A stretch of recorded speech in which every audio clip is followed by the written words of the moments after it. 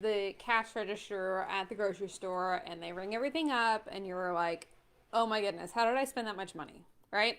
I feel like the grocery store is probably like one of our top expenses under mortgage slash rent. Your taxes, of course, is number one, and then it's grocery budget.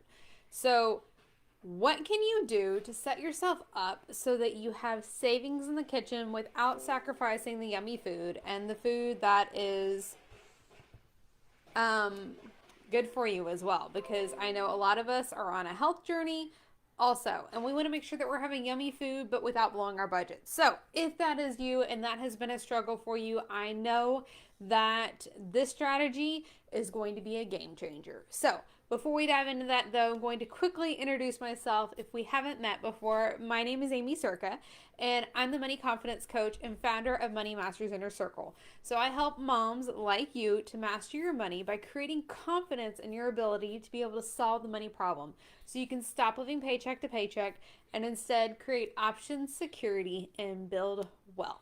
So, the kids have been kind of crazy today, so hopefully they will not be too loud and not interrupt us, but I'm forewarning you. So, if you were just joining us, we are talking about how to set yourself up for savings and success in the kitchen, especially when it comes to budgeting, so we can still have that yummy food that we want and have those options, but not spend all of our money at the grocery store, right?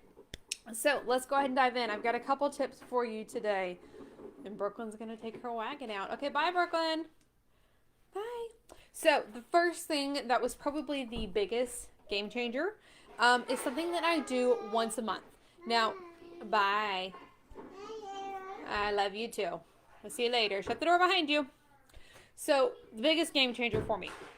And that was creating a kitchen inventory. Now, this is part of what I call my month end. Now, I am doing a training on what is involved in my month end in Money Masters Inner Circle. So if you are a Money Master Inner Circle member, a Money Master, then make sure to look out for that. The schedule is coming soon, but that is one of our trainings that we are doing in November. So excited for that. But my kitchen inventory, it's part of our month end. So what a kitchen inventory is kind of self-explanatory, but you're taking an inventory list of everything that is in your fridges, your freezers, your pantries. Okay, now then go out and shut the door, please. Y'all are being too loud. So I have a sheet that I've created for this, and this one is customizable. So you can do this on your own, but I know you're busy like I am. So if you want that copy of that sheet, just let me know. I don't have that up on the website yet, but I have custom orders that I take for that because we have different fridges, freezers, pantries, all of that stuff. We need different amount of spaces. So like for myself, I have 2 different fridges, full fridges with fridge and freezer, plus 2 deep freezers. So I need more space to write all that stuff out, plus our pantry space. So you're just going to take a list. What, sweetie? Okay, you can come stand with me or you can go out. All right, bye. So, making a list of that, and you'll be surprised at the stuff that you're able to find that you didn't even know that you had. I mean, I'm sure we've all had stuff that showed up either in the back of the freezer, in the back of the pantry, and we didn't even know we had it, and sometimes it's expired. So creating your kitchen inventory once a month, again, ideally it's going to be part of your month end, is going to help solve some of that problem, because once you have your kitchen inventory that is working for you, you know what food you have. So when you implement the rest of this strategy that I'm sharing with you, then you're not going to have duplicate food, and you're going to use the stuff that you've already had, so you're saving even more than in your budget.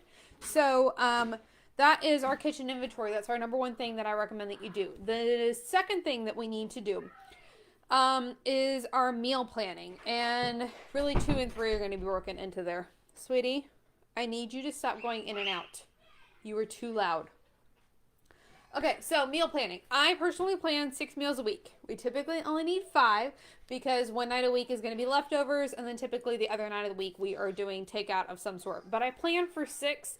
That way I know that we're covered and I'm not having to scramble. So I kind of have a theme that we go through for each day of the week. So we'll get to our Our go-to meals is our third one. But with our meal planning, if you have a strategy, a way that you know that the meals that you're going to make. So we typically do an Italian night.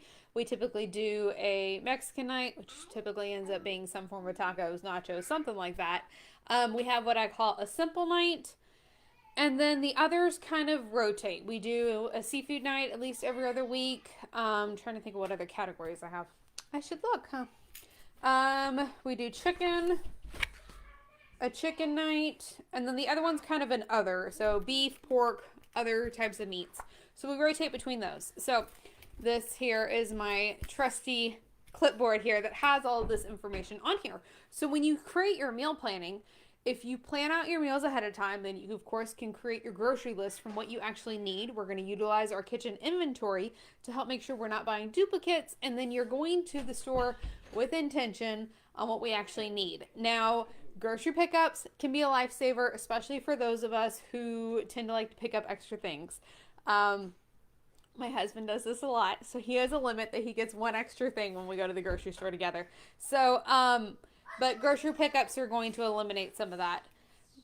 If you can't do a grocery pickup, make sure you've eaten before you go to the store. It helps eliminate some of that need to pick up some extra stuff.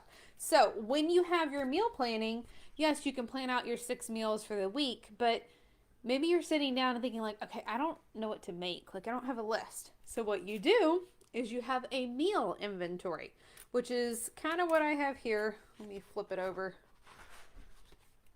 So I have mine broken down into different categories. So meal inventory is just a checklist that I create off. So I have a chicken category. So all of the meals that I make with chicken are under that chicken inventory. Then I have a beef, we have pork and other, seafood, Italian, Mexican, and then the simple category. So then I can go through and I'm just checking off, print this off once a month, like, okay, these are my options when I need to pick something for my meal plan. It's already there and you know what you have and what you typically make, and then your family approved meals. So I try and mix it up, add something new. I've got a folder for new recipes and pull something in from there, but you've got your main list that makes it simple. So we're trying to conserve and make this as easy as possible, because if we set this up so that we have a lot of mental energy that's needed for our meal planning, for our grocery list, we're going to get frustrated and we're going to go grab takeout, or we're going to spend too much at the grocery store. William, Michael, get out of my room. You know better. Y'all know better. Go out right now. Shut the door, Brooklyn. I said hopefully we wouldn't have distractions. So when you have that checklist set up, it makes it easy to go through it. Now, like I said, I keep a lot of simple stuff on there. So if you make things different way, like I love the Parmesan pork chops are probably my favorite way that I make pork chops, but I have two to three different ways on there, and you can add more to the checklist, and you don't have to use every single like item on your checklist before you print it off again, but you know what you make, and we're just making it simple, like transition, move from this to this to this without having to use a bunch of brain power, so that we know that like we just kind of keep the process simple, right? So when you have your kitchen inventory, you can set that up kind of we'll get to that in a minute. So we've got our meal planning, our kitchen inventory. Okay, so then we have our go-to meals. So those, you need to go potty. Okay, you have your diaper on, you can wait. She's wanting to potty train, but I've convinced her to have a diaper on today. So our go-to meals, those are things that I always keep stocked at the house that we can have, because maybe I've planned for something that takes a little bit more work and we've had a crazy day like today. I don't know if it's the rain or the cold or what, but we have been lots of energy here. So those are our go-to meals. So that's something that we make sure that we always have. Some simple ones that I make sure that I have are like chicken nuggets and mac and cheese. Love salad, so I try and make sure we always have stuff for salad. Honestly, chicken nuggets and mac and cheese is really my go-to meal. Keeping it simple and realistic here, it's something that we can eat and it can make it quickly. Let's see, what else do we have? Spaghetti is another go-to one because we can whip that together pretty quickly. I do try to limit when I do that because I don't know about y'all, kids get messy when they eat spaghetti. So, like William knows that if we're eating Italian, it's typically a bath night because otherwise I'm doing my work twice because they always need baths whenever they have Italian. They just like to make a mess. So those are some go-to meals that you can have to put together. Frozen pizza would be another good one, and a lot of those are on my simple category, so I plan for those once a week. But yeah, okay. So when you're meal planning, we have our days written out. So your 6 meals that you're planning for the week, and write them down on a schedule. Like this is when you would like to make them. So I don't know, Monday you can do meatloaf, Tuesday tacos. Wednesday can be pizza. I'm trying to go off of our list this week. But have some flexibility that it doesn't have to be set in stone. So if something happens and Monday was a crazy day and you need to move stuff around, that part can be flexible. So you're just planning for those 6 meals in the 1 week. But if they need to be switched around or rotated to make it work for what the week actually looks like, we have that flexibility there because we have our stuff that we need. So our kitchen inventory is going to help us make sure that we are utilizing the most of what we've already got. And then meal planning, so we have a grocery list that we can stick to. So we are either using a grocery pickup system or we're making sure we eat before we go. And if you are going to the grocery store, limit your extra purchases to just one. And then having some go-to meals, stuff that's already at the house on a consistent basis. Make sure that you already got it. Again, that'll be kind of part of your kitchen inventory. And I have recently taken my kitchen inventory up to the next level. This is going to be kind of a bonus for you. So, earlier this year, I think this is still going on somewhat, but there was a run on the food. There was some food shortages because people were making sure that they were prepared. And you can do this in a way that you're ready and prepared without having to kind of be crazy. So when you have your meal planning, your go-to meals in your kitchen inventory you've created, you can start to create your kind of your food checklist. So when I do my kitchen inventory, I have 2 different sheets. So I have my main sheet that includes everything that I want to make sure that I have to make a month's worth of food. So if I already have that there, let's use the pork chops for example. So if I'm making pork chops this week, I've already got pork chops in the freezer. So I pull those out and use those, and then pork chops to replace my stash that I've already have, goes back on the list. So I'm replacing what I have, but that way you have, I've got about 6 weeks roughly worth of food at the house that if something were to happen, we can make it work. I mean, we still need our fresh foods and vegetables, obviously, but you can start to be prepared. So if something happens, you can take care of yourself and you're not going to be stressed or paying higher amounts when there is prices being increased because there's less supply and more demand. So if you set up your kitchen inventory to make it work for you so that you have enough food, like it's almost like your staples, your go-to meals, but your go-to kitchen inventory, the things that you use all the time on a monthly basis, like you know that you'll cook this. So spaghetti sauce or spaghetti noodles, mac and cheese is a big staple for us. And like the meats, how much ground beef do you typically use in a month? How much chicken do you typically use in a month? The pork chops, there's, trying to think what else is on there. Pork tenderloin, breakfast sausage, eggs. Well, eggs are perishable, so we have to replace that all the time. But if you start, you can start small and just buy like 1 extra thing a week so that you can start to be prepared and have that much more security. If something were to happen again, you know that you're taking care of your family, but you're still using your stock. It's not that you're hoarding it. You're just being prepared. If something were to happen, you have a month to 6 weeks worth of food to take care of your family. And again, we're going to dive in more of this in the Money Masters Inner Circle. So if you're part of that, make sure you stay tuned because this is going to be covered in our month in training, which I think is going to be really, really helpful.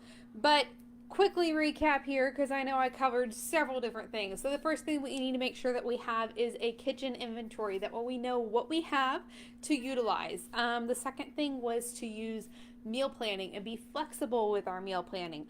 The third thing was make sure that you have go-to meals stocked and ready to go. So when the craziness happens, you have something simple, fast, easy to make that you can still use and not just go grab the takeout. And then the fourth thing was our extra bonus tip here was to start to prepare and be ahead so that you can have 4 to 6 weeks worth 4 to 6 weeks worth of food ready to go at all times, and then you're just replacing what you've already got. So you're set up for success there because you are more prepared if prices start to be increased. So if you are thinking this sounds great, I've got tons to implement, but I need to start saving. Like, I am tired of being stressed about money there. I know that I am working hard and you have a lot of your hard-earned money, but you want to make sure that it's going to the best use possible because you've worked hard for it, right? Then you need to grab the budget makeover guide. Now, part of what we covered today is in the budget makeover guide, but there are 7 tips to help you discover the extra that is hiding in your existing personal finances starting today. And this is where I recommend all of my moms to start because it is a great starting point for us to start to have a win for you so you can start to master your money, because you know what, you are working hard for it and you deserve to have it working hard for you too. So if you would like the budget makeover guide, make sure to comment money in the comments, and then that's all I've got time for today. So we'll see you next time. Bye for now.